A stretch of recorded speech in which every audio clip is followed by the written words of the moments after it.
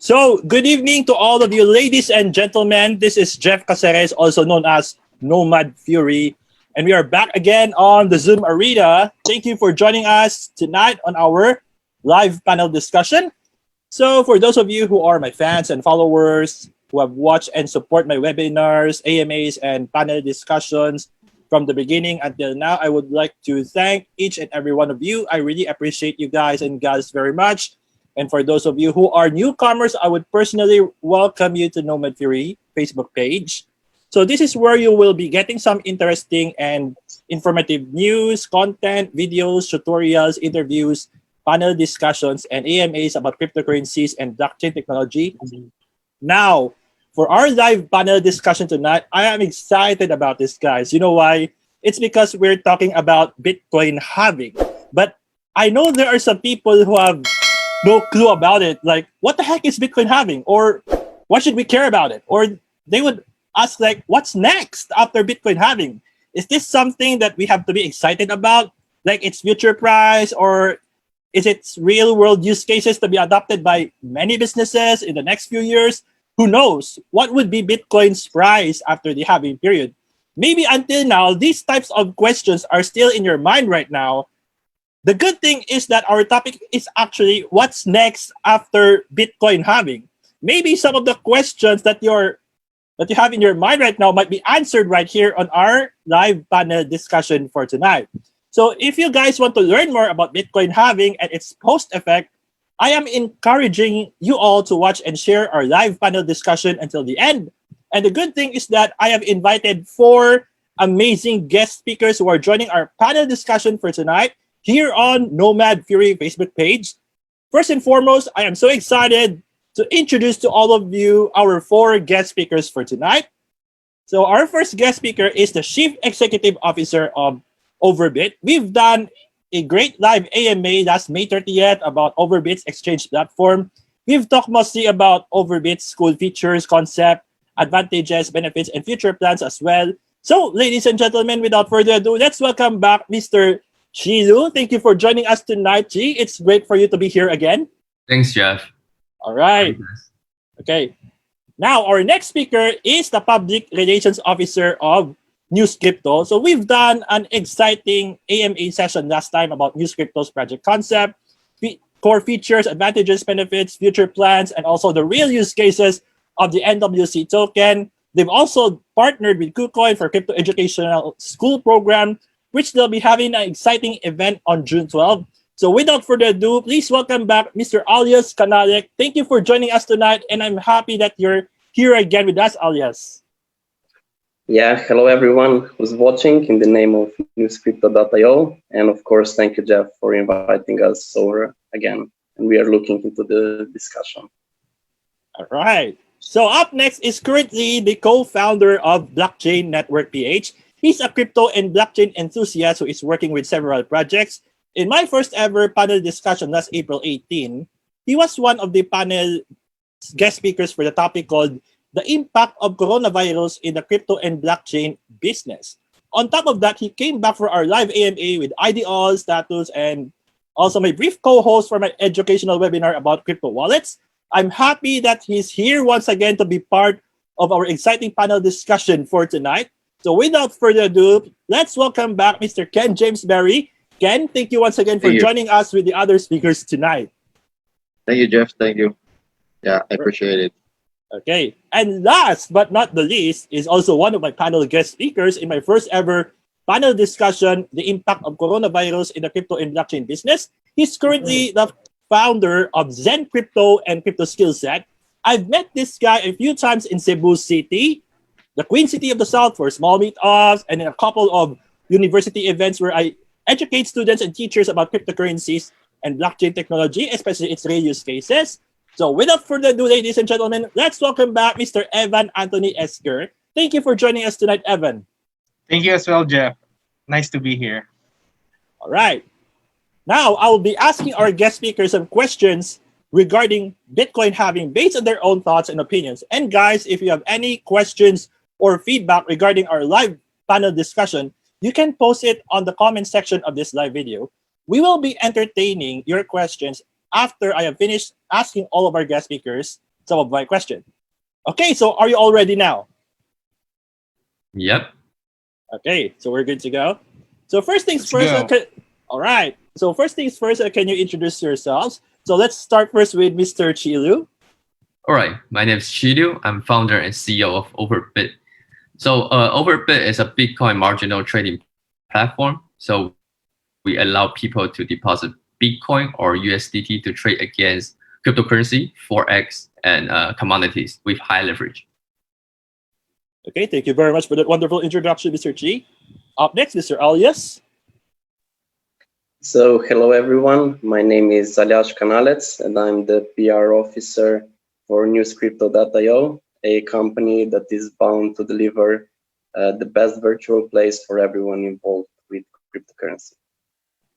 Okay, thank you very much, Aljaz, for that wonderful introduction. Up next, Mr. Ken. Yeah. Hi guys. Good evening to each and everyone. My name is Ken. I'm a blockchain crypto enthusiast and entrepreneur, a thinker, a doer, and working with different types of blockchain space. I'm the co-founder of Blockchain Network Philippines, a small blockchain agency where a group of people working and supporting freelance, providing marketing tools, SEO, customers support, online and offline marketing, content and copywriting, and more. We are 100% fully remote job, and we support those projects that has a potential growth and impact in the blockchain space, such as Cosmos, Atom, Status, Phoenix DAO, Blackstock, Iris Network, and also I'm the brand ambassador of CoinMarketCap. Personally, I raise these for Filipinos to bring mass adoption on blockchain technology and to educate them about different types of project in blockchain space. Thank you, Jeff. Okay, thank you very much, Ken, for that wonderful introduction. Last but not the least, the man behind the mask, Mr. Evan. Can you hear me well, guys? Yes, Evan, we can hear you. Good. All right. So good evening. My name is Evan. I'm currently staying in Cebu. I'm a content creator for crypto, mostly writing. I've done videos as well. Currently, I write for Mickey News and Asia Crypto Today. And sometimes I write for Bitfinas and Bitcoin Market Journal, among other crypto media sites. I also have a blog called Crypto Skillset, where I share my knowledge about crypto and blockchain to the world. Okay, so thank you very much, Evan, for that wonderful introduction. Okay, now here's my question for you guys. Before you venture into the Bitcoin and cryptocurrency industry, could you share to our audience how you guys getting started having some interest in the crypto and blockchain space? So, Chieh, you can start. All right. So I study computer science back in college, right? So we are a bunch of nerds that just looking for new stuff. And back in 2014, 15, and our own community, like someone just brought up Bitcoin and blockchain. So that like caught my eyes, and then so I started to dig into what is Bitcoin, what is blockchain.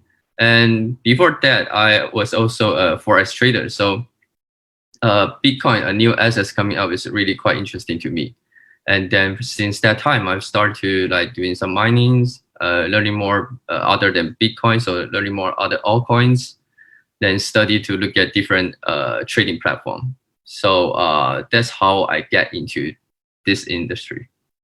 Okay, thank you very much for sharing to us on how you get started into getting some interest into the crypto and blockchain space, Mr. Chieh. So, Aljaz, you're up next. For me, it actually all started back in 2016. I can totally remember the point when one of my friends told me about Bitcoin and cryptocurrency. And of course, in the beginning, I really didn't believe the idea and everything. And then I started exploring, so learning about blockchain, about Bitcoin, about the benefits of it. And really, in the beginning, I fell into trading. I missed the 2017 train, but then got heavily involved in 2018. I also finished university and made the bachelor's at the University of Economics in Ljubljana, and then completing a master's degree in next year. And of course, I got involved even more in cryptocurrencies and blockchain scene when one of my friends came over and said, we need someone help work for Newscrypto. They presented me the idea, and I really liked it. So, and now I'm here for 1 year and 1.5 years. And I'm really excited about the future journey and possibilities that cryptocurrencies bring. So, bullish. All right, so thank you very much, Aljaz, for sharing. Okay, Kenneth, you're up next. Yeah, hello. I was starting crypto space in 2016 when I first read about Bitcoin. And by 2018, I decided to work in blockchain space as a sales representative on a fintech web 3.0. And the years goes by, I fell in love with blockchain technology because after the era of internet, I found blockchain is the most sophisticated, complex, yet elegant and beautiful technology that I ever came across. And the main thing that it does, it gives the power back to the people. I believe we're in the middle of Web 2.0 and Web 3.0 in this era of TCP IP, and we need internet and blockchain or cryptography because without cryptography, decentralized structure can full use surveillance and censorship of what we communicate, and this impacts our freedom of speech and freedom of thoughts. Blockchain Network Philippines, we're fighting for decentralized digital rights, payment securities, identities, and passwordless unback problems, etc. Thank you, Jeff. Okay, thank you very much, Ken, for sharing. So, Evan, it's your turn now. All right. So basically, I started in early 2017 when a coworker introduced me to Bitcoin investing. So, I did some research, then one thing led to another. And, the cliche crypto story where you fall down the rabbit hole that is crypto, you get to all these websites and these YouTube videos, and you see all the opportunities available and the potential. You just can't stop. You have to like stay in crypto. You think like this is interesting. So that's basically what happened to me. And started talking to people online, both from here in the Philippines and also from abroad, especially on Twitter. There's a lot of crypto talk in Twitter and Reddit and even Facebook. So basically, that's why I'm here, and that's how I got here. Okay, so thank you very much, Evan, for sharing on how did you get started in the crypto and blockchain space, especially to the rest. Now, my next question is, I know that there are some newbies and beginners who are watching our live video right now, and they have no clue yet about Bitcoin halving. They only knew about Bitcoin price going high or low, or when to buy or sell, or to use it as a payment method for buying goods and services, etc. Now, could you explain to our audience why is it necessary for Bitcoin to halve in every 4 years? And what are the possible effects of Bitcoin and other cryptocurrencies after the halving period? So maybe you can just share your thoughts and opinions about it. All right. So Chieh, you can start. All right. So the question was why happen every 4 years? Well, actually, that's how Satoshi decide that every 4 years. So we don't know why he want to do 4 year, or why not 3, why not 5? Just like happened to be 4. And if you take out other factors, like lots of different factors affect the Bitcoin price right now. But then if you take out all the factors, just look at the Bitcoin supply itself. If the Bitcoin supply increase at the same rate as the number of users like using it increase at the same time, the price will probably remain stable. But then if it doesn't increase as fast as the demand, so it will be inflation, and the early holder of the Bitcoin, the holders, they will see the more value of the Bitcoin. So I think how Satoshi wants that is to have people more interest in Bitcoin, holding it in the early stage. And let's say if Satoshi like make all the Bitcoin available, like 21 million Bitcoin available at the beginning, we wouldn't see the price going on as it is right now. So definitely his strategy is working. And then the second question was what was that? What was the second question you're asking? Okay, the second question is, all right, what are the possible effects of Bitcoin and other cryptocurrencies after the halving period? Well, so since there's lots of factor, people are like, if you look in past to halving, like we can see it like it go up. But then right now, because we are still, I think 3 weeks after the halving, 3 to 4 weeks, still the price a bit like moving up. But then there's still lots of factor going on, like people like mining, traders, all the public arenas. There's lots of stuff going on. So like there's some I cannot say what kind of effect it will go to. Like it can go up or down. It's like two sides. People believe in two sides. Okay. Okay, so thank you very much, Chieh, for sharing to us about your thoughts and opinions about this. So, Aljaz, you're up next. Could you share some of yours? Yeah, I can totally relate and agree with Chieh. So whoever wrote the code and protocols for Bitcoin, I think that he actually predicted quite nicely what's going to happen with current monetary system. And the halving is, of course, there to control the supply and to sustain the deflationary philosophy of the whole system. Bitcoin, of course, also combats with halving and with decreased supply, also combats the inflation. Of course, inflation means increase in prices and falling purchasing value of money, which is in the end the biggest pinch for everyday people and not for big corporations. And when we are talking about Bitcoin and halving and everything, I think it's really important. You're on mute, bro. Yeah, he was muted. Other assets. So amid the current. Oh, he has a problem with his mic. Aljaz? Aljaz, Sorry, can you hear? okay. You can continue. Yeah, so amid the whole crisis and printing.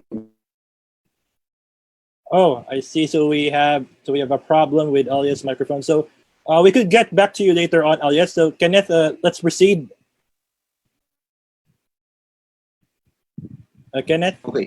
Okay. So since there's newbie or beginners here, I give a short description about Bitcoin. So Bitcoin is a digitalized currency and payment system using decentralized network powered by its users with no authorities such as banks. Why Bitcoin halving exists? Because for me, it's already calculated by our uncle Satoshi Nakamoto. For me, there's a reason behind it, and that's computation is perfect for me. I trust because people must trust those and the math. So the effect of other currencies after the halving, when it comes in price, there's a lot of rumors about it, and you can't dictate because cryptocurrency is very volatile. So for possible effects, mostly the miners are really affected because they need to pay their electricity bills and the reward will slash into half. That's pretty bad. I heard some news that some of big mining companies are filed bankruptcy because of halving, but still, I'm not sure with this because lots of people are still holding their coins, tokens, and some SMEs are still accepting Bitcoin as a payment. So there's a positive impact as well. So thank you, Jeff. Okay, thank you very much for sharing your own thoughts and opinions regarding the question that we have. Ken, Aljaz, is your microphone okay now? Okay, so you can continue. Let's continue what we have left. Sorry. Okay. Yeah, I had some problems with the connection. Yeah, so I left. So Bitcoin actually provides a perfect solution to current monetary system, which looks totally broken, and we really don't know what's going to happen in the future. So whoever wrote the code, I think that totally predicted the current happening. And it's really interesting to see investors and traders who were talking some bad things about Bitcoin, let's say even 1 year ago, and they're coming in. So people are people are actually waking up, and you can see a lot of new people coming into the scene, which is of course very welcome for the whole ecosystem, and not just for Bitcoin, of course, but also for other cryptocurrencies, which are also doing amazing work. Okay, so thank you very much, Aljaz, for sharing your own thoughts and opinions about the question that we have right now. Up next, Mr. Evan. All right. Basically, Bitcoin will only have 21 million coins, right? So that's the hard limit. As of now, that limit has not been reached yet. For now, we have a little over 18 million Bitcoins circulating. It's hard to explain the economics of it because, well, not many people care to know about economics, including me before. I hate economics, but get this: Bitcoin continues to create more coins approximately every 10 minutes in a process called Bitcoin mining. It's similar to a bank printing more paper money. Only with Bitcoin, there's a limit, 21 million.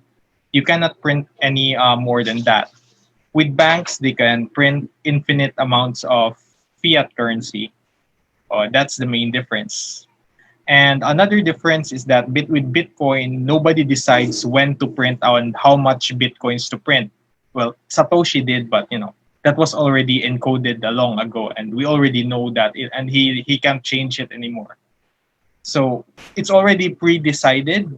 Bitcoin is being generated every 10 minutes approximately, and the amount of Bitcoins being generated gets cut in half every 4 years. This is the halving.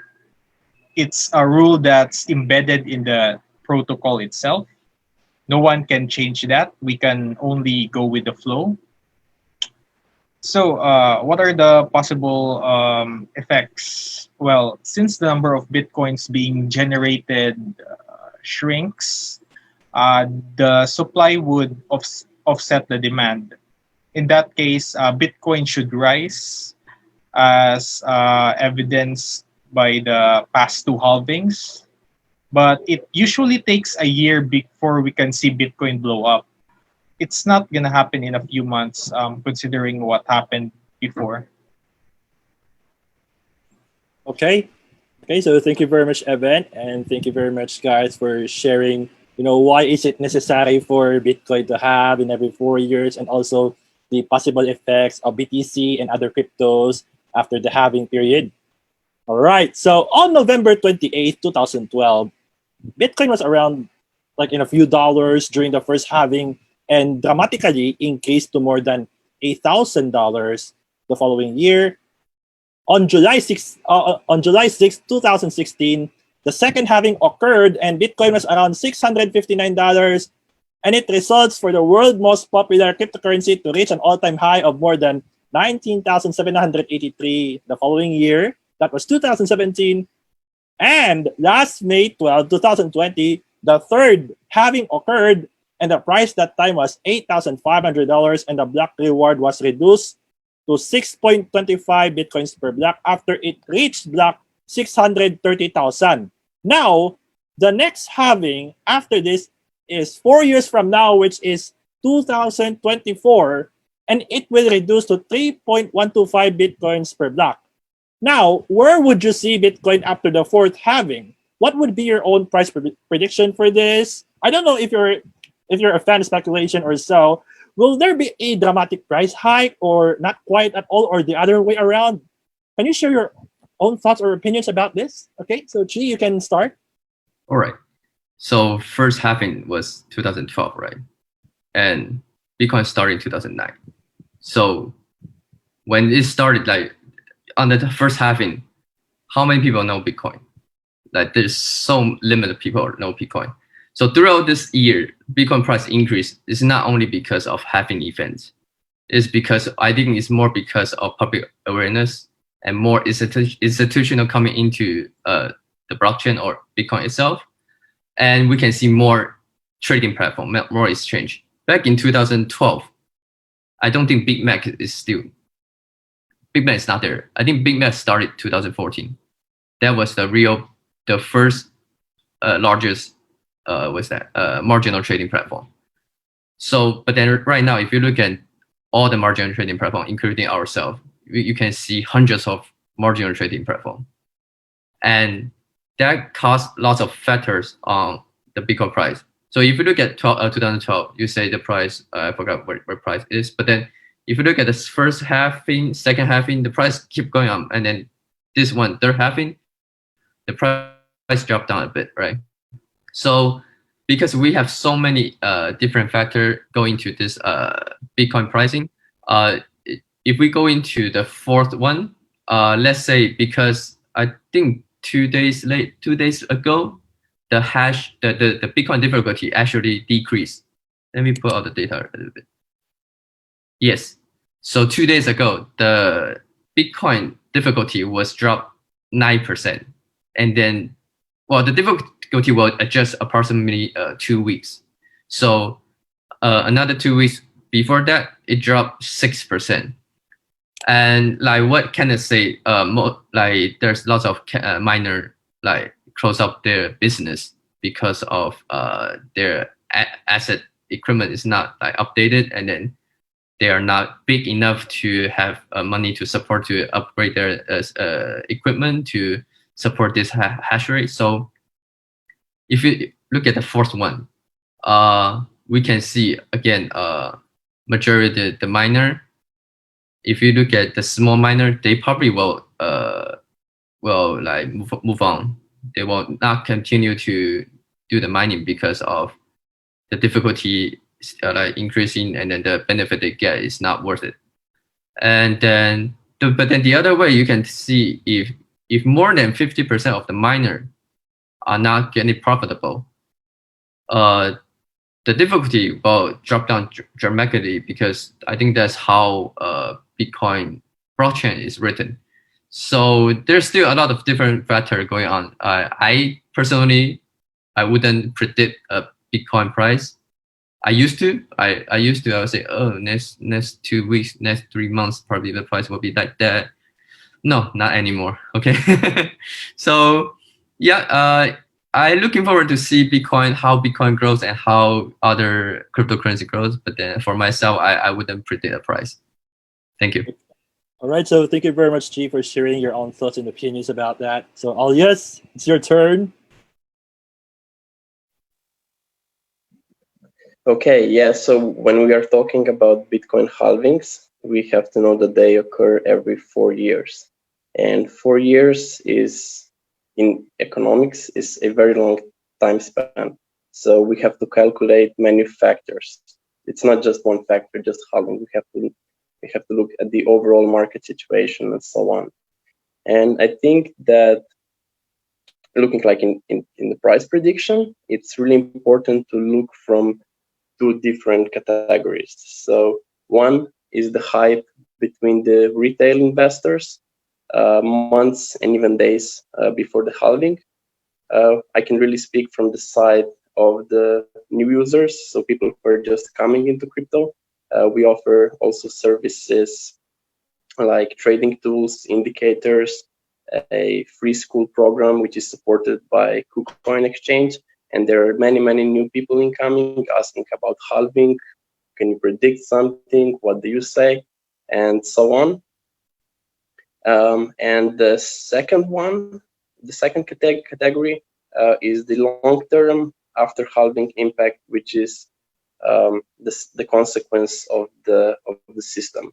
And like you said, Jeff, a lot of people who are new and who are coming in think that the price is going to explode immediately after the halving, which of course wasn't the case in neither halving. If we look at the first one, the price skyrocketed 1 year and a half after. It was the same after the second one, and we are now after the third one. So if you would like to see some insights based on technical analysis and stuff, you can visit our platform, and there are some indicators which suggest future price prediction based on the historical values. And yeah, that's it. I'm guessing the price at the next halving is probably, it's a bit impossible, but I would like to say that let's expect the unexpected, and I would put it between 120,000 and 150,000, let's say, and let's meet in 4 years and have another chat on that, and that would be really interesting. Okay, so thank you very much, Aljaz, for sharing your own thoughts and opinions. All right, so Ken, it's your turn now. For me, uh, based on the history for past 4 years, why Bitcoin skyrocket and reach the 20,000 USD. So for me, because of that, those exchange are not pushing more about USDT pairs. So mostly on that age, those exchange are not in about the Tether. And then by this year's, lots of exchange open the futures and the margin. So how come the Bitcoin will uh, reach up to 200,000 or 200,000 for each Bitcoin? So for me, that's still impossible. But well, the price is still unknown in the future, and who knows? It will be probably go up or probably go down. On this digital age, Bitcoin is still young, and people must look on how Bitcoin works. Focus on Bitcoin blockchain is not just the price. When the pandemic hit us, they realized the advanced use case of digital currency, and I hope here in the Philippines that there's a backed by PHP or fiat peso and partnership with banks and allow this digital age for the consumers. Thank you, Jeff. Okay, so thank you very much for sharing your thoughts and opinions, Ken. So lastly, last but not the least, Evan. All right. I'll keep my answer short because I'm not really a big fan of long-term price predictions because I don't know really. Um, 2024 is a long way, and it's really hard to predict what would happen in between. As you know, in the last 4 years, so much has happened in the crypto space, even in Bitcoin alone. So for me, I find that there are way too many variables to consider that I might as well give you a wild guess. But with that being said, I'm confident that it would be way higher than this year's halving. Probably somewhere, if you want a number, I know a lot of people love getting numbers. I would guess somewhere around probably 50 to 100K, possibly more. But I'm not sure entirely. But overall, I am bullish that by 2024, it's really going to be higher than what it is today. Okay, so thank you very much, Evan, for sharing to us about your thoughts and opinions, and for the rest of the speakers, like, you know, what what what would be the scenario after 2024 having, and of course, I would really appreciate all of the answers that you have, and hopefully, the audience right here on Facebook are learning. Okay, so before we proceed to the next question, I would like to say hello to those who have attended here on our live panel discussion about what's next after Bitcoin halving. So I would like to remind each and every one of you that if you have any questions or feedback, just leave it here in the comment section of the live video. Okay, now let's proceed to the next question, guys. So as the block rewards are reduced, it would be difficult enough for miners to mine some Bitcoin. As a result, expect that there will be a reduction of miners who play an important role in the Bitcoin system. And of course, I heard that some mining farms are going to close out because of the reduced block rewards, and it's difficult for them to profit due to high energy consumption and maintenance. Now, my question is, what happens if the miners stop mining Bitcoin? Is it going to affect our peer-to-peer transactions in the near future, no matter what kind of Bitcoin wallet do we have? So, Chieh, could you share your thoughts and opinions first? When you say they stop. Yes, yes. You mean What like happened? What do you mean- happens? Do you mean like in like 2,149 years, or you mean stop now?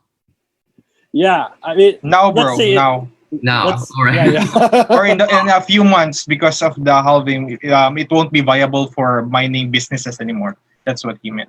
Okay, so it wouldn't be possible. So okay, let's just say it stopped. All right.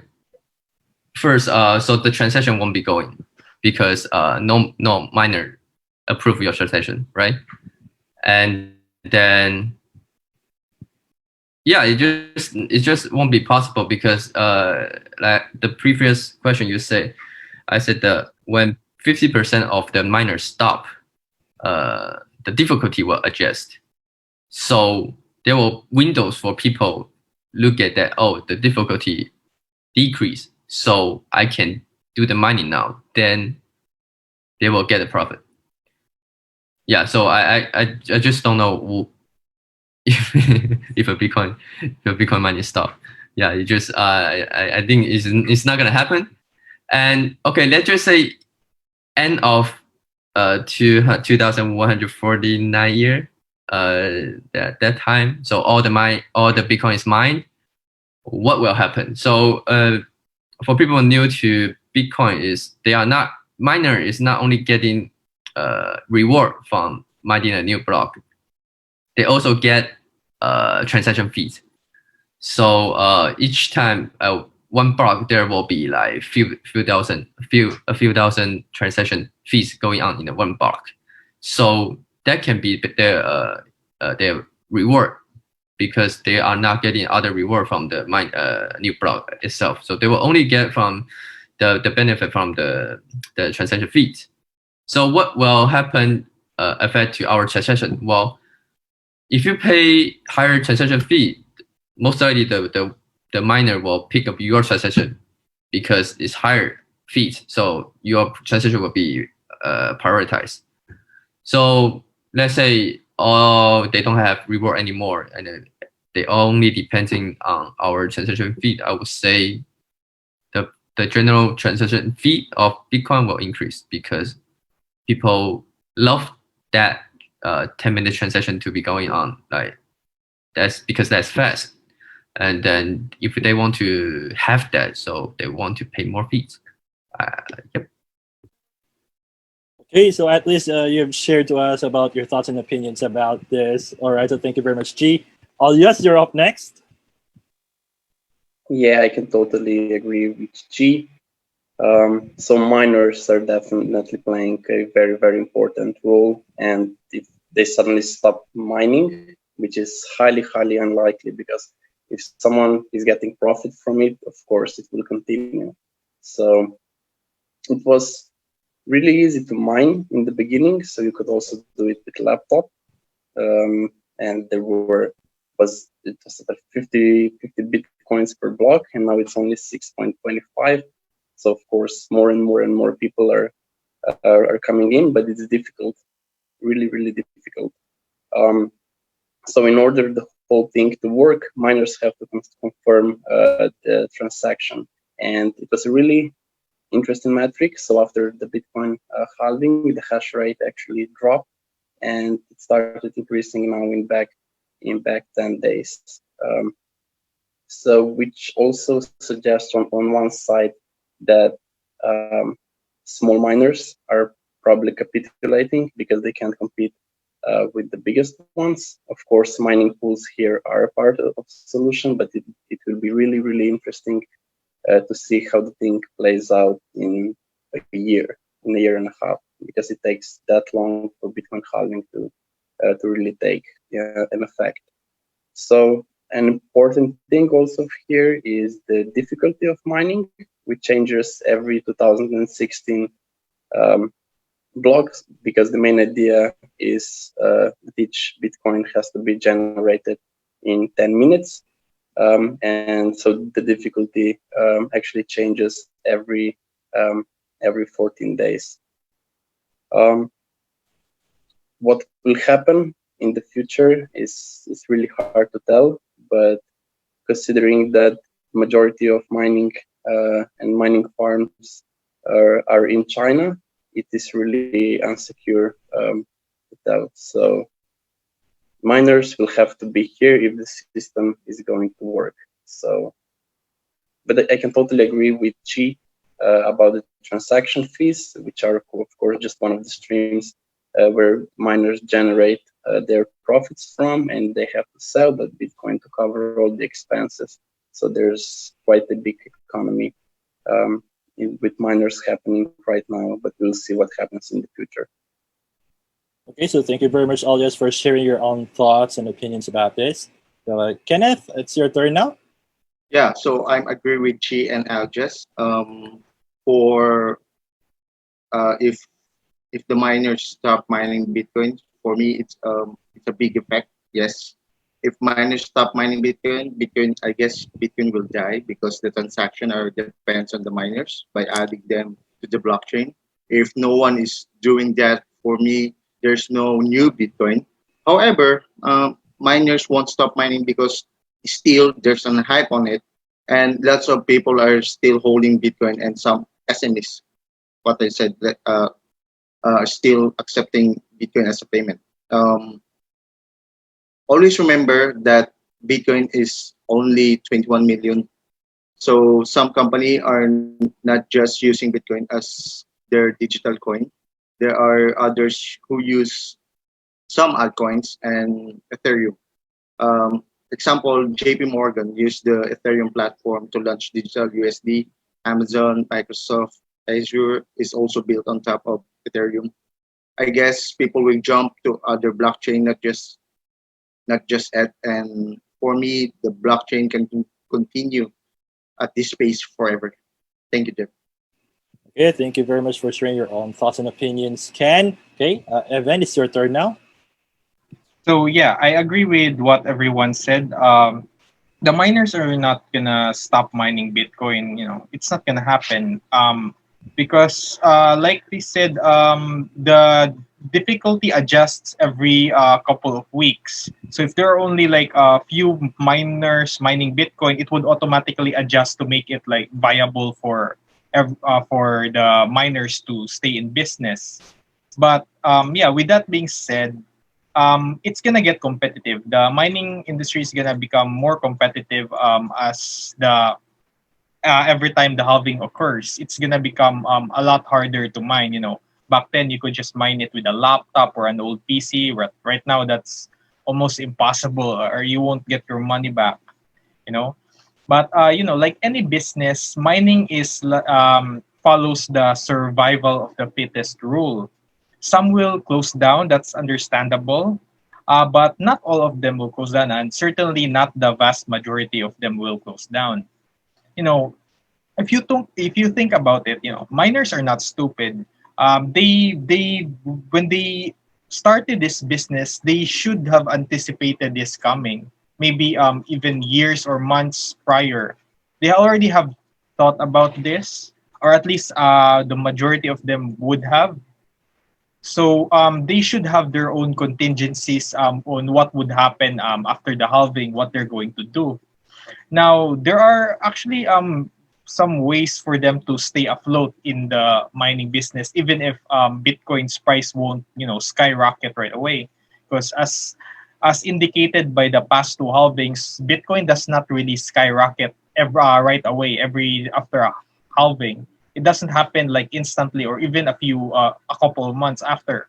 It takes time for you know, the people to you know, for it to sink in that, you know, Bitcoin's price should go up because it's more scarce now. You know, it doesn't happen overnight, even after the halving. So what some miners tend to do is they tend to sell a huge portion of their Bitcoin months prior to the halving event. So I'm sure some mining companies have done that. They do that in order to have enough cash to keep their business going for many months after the halving event.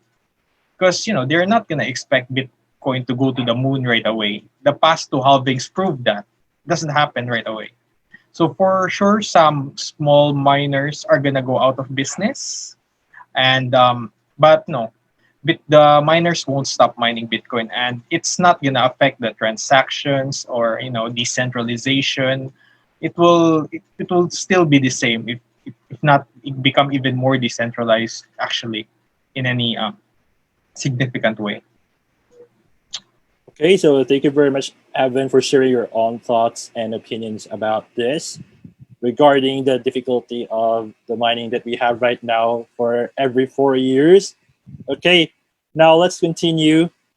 So Kenneth has mentioned that Bitcoin has a finite limit of 21 million Bitcoins only, and there will be no more than that. So what would happen if all of those 21 million Bitcoins are mined? And what are the possible effects for us, in doing Bitcoin transactions? Because all of them are already mined.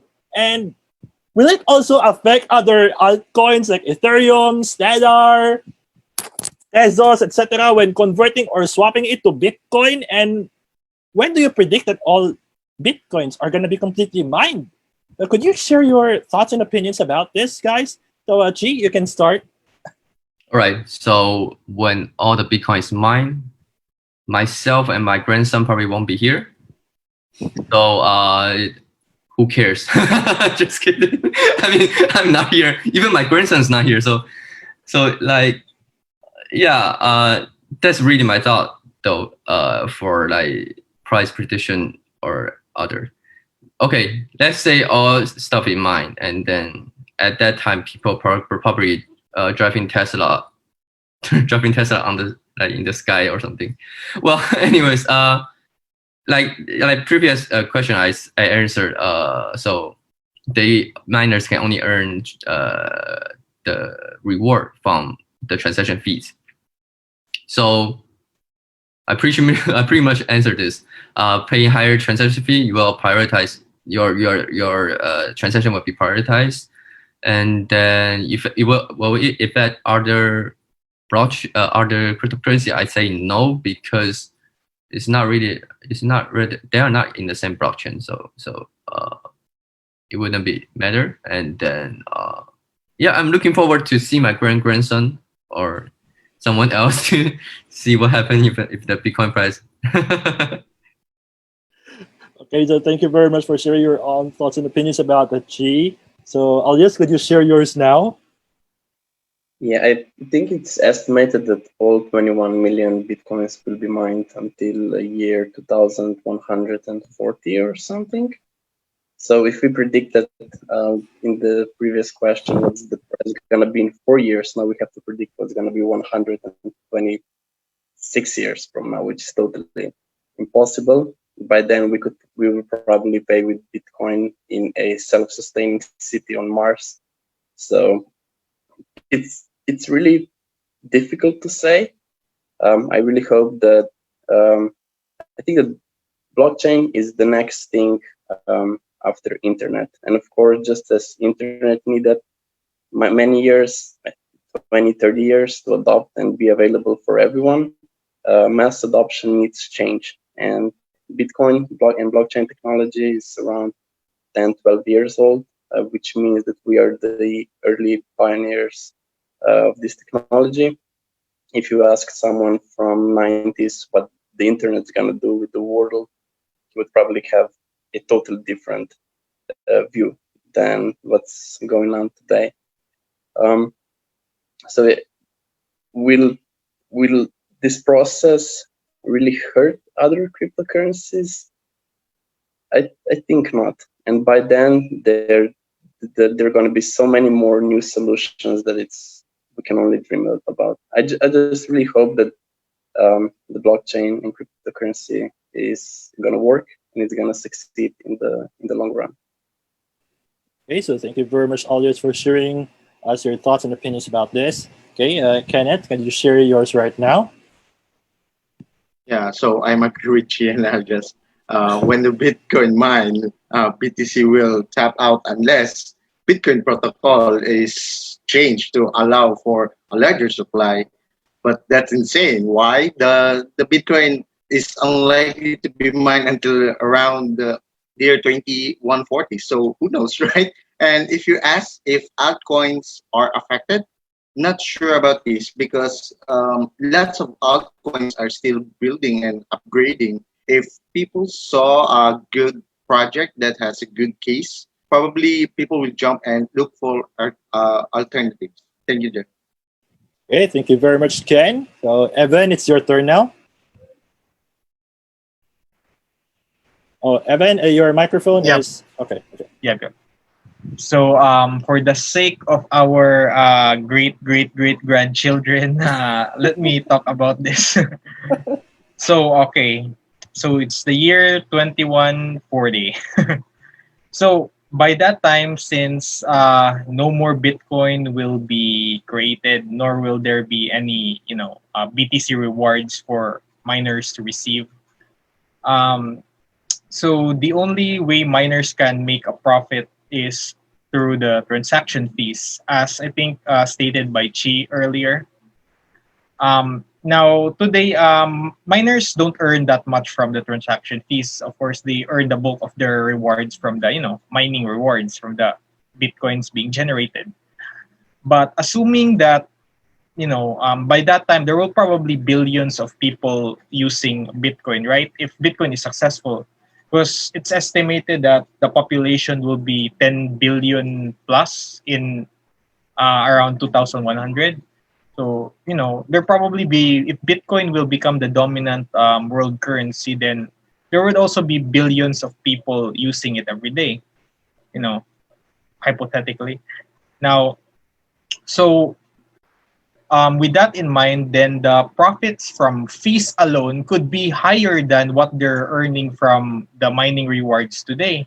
So that could be enough incentive for miners to remain being miners even though there's no more bitcoins being generated.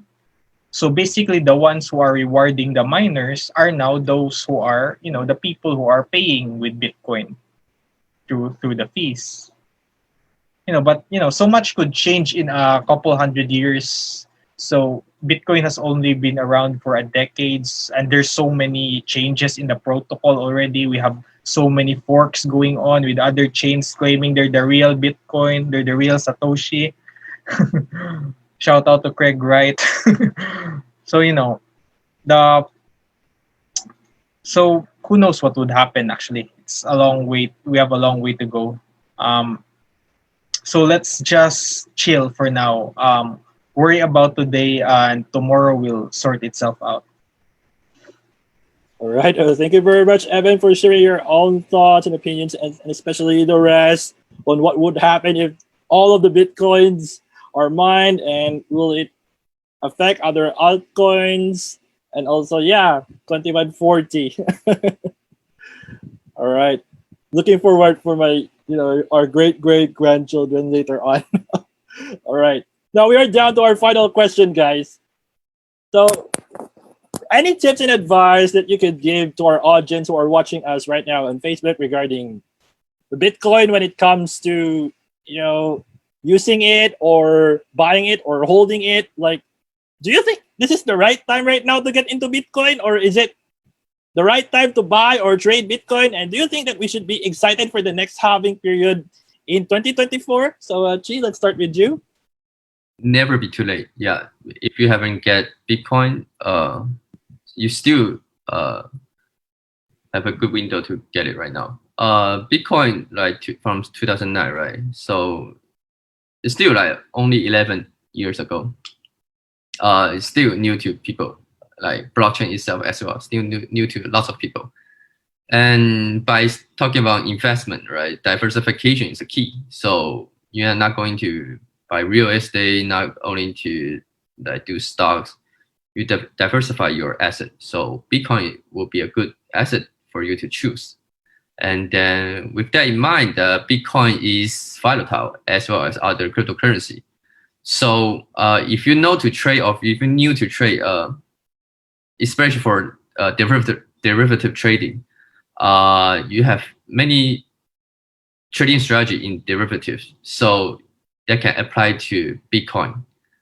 And people love to trade with Bitcoin, and so it's a good window for you guys or for new people to get into Bitcoin or blockchain especially if you want to trade. And what should we expect 2024? To be honest, I don't know. All right. Thank you very much, Chieh, for some tips and advice that you have for our audience. So, Aljaz, you're up next. Yeah, of course. Like we said, we are the early adopters, and we were talking mainly just about Bitcoin. If you are totally new to the cryptocurrencies, it's totally worth also, firstly, doing your own research and not just blindly following other traders, which is a big thing. A lot of people got wrecked back in 2017. They spent their life savings riding the parabolic ride and then crashing down it.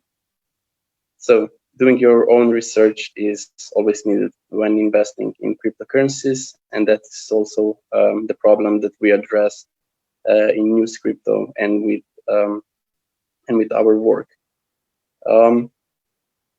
So yeah, it is a good time to dive in. And about the predictions for 2024, I think that in order for Bitcoin to significantly grow in price, there are two different scenarios. Institutional investors have to come in because the retail investors probably will not be able to push the price to the highs that are expected. And there are also people who are coming in and they see the price drops and the market manipulations, like it happened in the middle of this week when Bitcoin fell for $700. And if you are just new into crypto, you buy Bitcoin and then everything drops. And also it has to become a more healthy place. More people need to gain knowledge about blockchain, about cryptocurrency. And when we do surveys with new users, we actually find out that there are two main obstacles that they think that people don't understand cryptocurrency enough, and they think that it's not secure enough for them to invest in. But that, of course, is going to change in the following years. Okay, thank you very much for the tips and advice that you have, Mr. Aljaz. Okay, Ken, you're up next.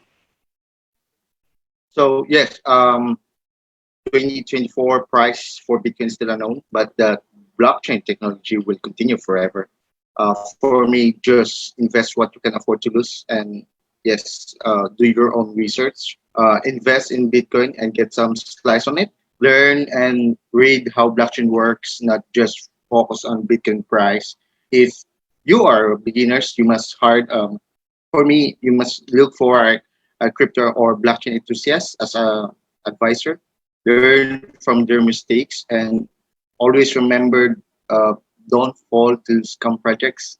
Just read daily. Believe me and mark my word, blockchain can change the world. That's all. All right, so thank you very much, Ken, for sharing your tips and advice to our audience. Last but not the least, Mr. Evan. All right. So, I believe it's always the right time to get into Bitcoin. The best time would have been in 2010, but if you've missed that boat, well, you still have today. So, I'm talking about getting into Bitcoin. I didn't say about investing. In terms of investing, it's tricky because it depends on you if how much risk tolerance you have. For me personally, I would be putting more money into Bitcoin every time it dips for the next 6 months, just based on historic charts that happened every after halving. But it depends upon you. I suggest if you want to invest, you have to you have to seek the advice of people who are good at this, professional traders or professional investors who really know what they're doing. Because as much as you could get a lot of returns, you could also get wrecked. You'd be burned. So be excited, get into Bitcoin, but in terms of putting money into it, just be careful. Um, should I be excited about the next Bitcoin halving in 2024? It's actually yeah, it is exciting, but it's a little bit too far away. But I guess I am excited about what will happen. I'm more excited in what will happen in a year from now, because judging from the last two halvings, Bitcoin could massively surge sometime in a year or two, and then go back down through a crash. Um, yeah, but yeah, also excited in what's gonna happen in 2024, especially the projects that will be created in between today and 2024. Lots of things could happen, plenty of opportunities for all of us. Thank you.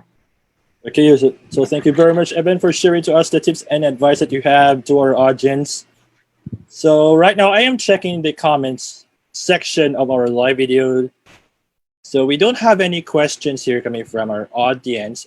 Okay, so before we go, now's the time. Now it's your opportunity to share what you have right now. Like, could you share them about your project, your website, and then let them visit your social media channels? Okay, so Chieh, let's start with you. All right. Well, as Aljaz mentioned, that you should like study and then practice your trade. Like, don't follow people on what they're talking about, especially on Twitter. Yeah, I mean, study and then do your own research before you do the real trading. And Overbit provide free demo account for you. So if you register in Overbit, you get 8 Bitcoin or 50,000 USDT to practice your trade. So it's entirely the same as the real trading platform. It just as a demo account, you can practice your trade using your own strategy, using your indication to see whether your strategy working or not. And that's the best way to getting into the trade. Okay, thank you very much. Thank you, Jeff. Okay, thank you very much, Chieh. So Aljaz, you're up next.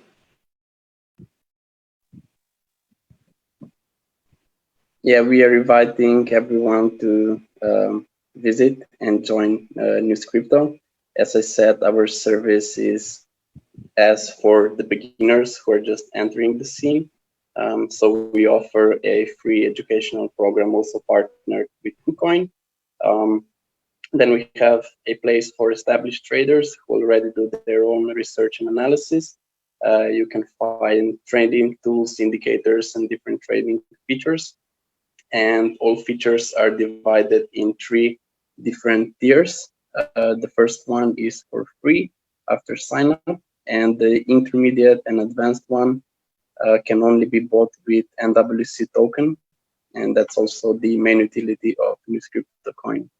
And then for everyone who likes to make charting and price prediction, we also offer a Newscrypto community prediction section, where traders post their analysis. The whole structure is similar to TradingView, but we also reward best entries on weekly basis. The reward pool for weekly winners is 2,700 NWC tokens. And we would also kindly invite everyone to participate on event, which is starting on the 12th of June.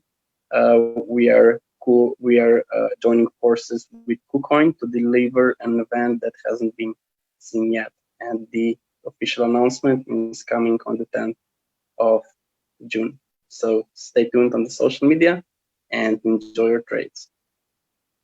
Okay, so thank you very much, Aljaz. Okay, so Kenneth, it's your turn now. Yeah, hello everyone. Please visit our Facebook page, which is the Blockchain NPH, and follow Overbit and NWC. Also, follow our project that we supported, such as Cosmos Atom, Iris Network, Status, Phoenix DAO, and as well CoinMarketCap. That's all. Thank you. Okay, thank you very much, Jen. So lastly, Mr. Evan. No, all right. So yeah, in crypto and in Bitcoin, education is the key. It's the best investment you can make. So continue to educate yourself. There's lots of resources available online. And like Chieh said, Twitter is not the best way to get your crypto education. It's good for socializing, but you need to get to the right resources. Go over the projects themselves. I'm sure they have a lot of information available. Also, try to know more about the crypto industry as a whole beyond Bitcoin because there's lots of opportunities available.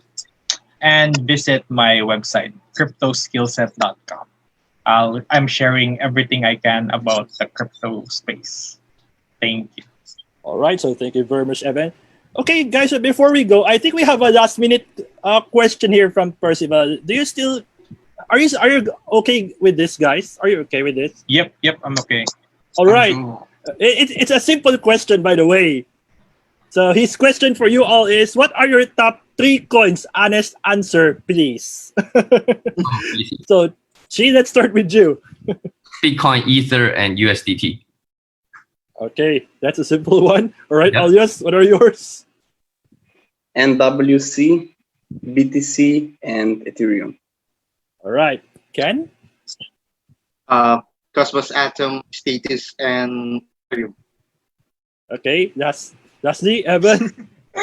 So obviously Bitcoin, Ethereum, and the third one is I'm not sure, but I probably give it to MKR. Okay, so I hope that answers your question, Mr. Percival. Thank you very much for this last minute question that you have. Okay, so I hope you guys have learned something about the post-Bitcoin halving effect coming from our amazing guest speakers for tonight. I hope you guys have enjoyed our live panel discussion so far. And hopefully all of the questions you have in mind regarding the post-Bitcoin halving effect are being answered by our guest speakers. Once again, thank you very much to all of the guest speakers for your time in our live panel discussion tonight. Thank you, Chieh, the CEO of Overbit, Aljaz Kanalec, the Public Relations Officer of Newscrypto, Ken James Berey, the co-founder of Blockchain Network PH, and Evan Anthony Ezquer, the founder of Zen Crypto and Crypto Skillset. Thank you, guys. Thank you, guys. Thank you. Thank you so much. Nice to meet you, everyone. Okay. It's good to have Nice this to with meet you you. guys. All right. So I hope Thank you you. all, yes. Oh, I hope you all have enjoyed our discussion as well. Lastly, I would like to thank all of you who are watching and sharing our live stream about what's next after Bitcoin halving. Don't worry, guys. If you haven't observed anything about our discussion right now, the replay video will be available after this live stream is over. Before we go, I would like to give a shout out to the following who have attended our event for tonight. Lee, Jomar, Percival, Danilo, Marites. Hey, Elvis, hello. Dorilus, my aunt, Alex, Manong Tayeb, Tolitz, hello. Icon Prep, Luis, Jean, J. Jose. Thank you so much, guys. All right. Wow. Okay. So before we go, I would like to invite you all for my next event, which is the Monday Night Meetup June edition. Our agenda would be more on building cryptocurrency and blockchain communities.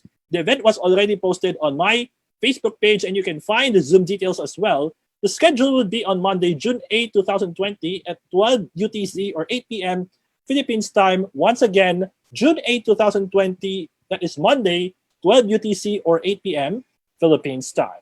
And one more thing, guys, I'm inviting everyone once again to like and follow my Nomad Fury Facebook page for more live AMAs, panel discussions, interviews, presentations, tutorials, videos, news, and other content related to cryptocurrencies and blockchain technology. You can also follow Nomad Fury on YouTube, Twitter, Uptrend, LinkedIn, and Telegram. And for partnerships, collaborations, and sponsorships, you can reach me out on my email at nomadfury@protonmail.com. Okay, so once again, this is Jeff Caceres, also known as Nomad Fury, and we're signing off and see you guys on our next event. Thank you, everyone. Stay safe and God bless. Bye-bye, everybody.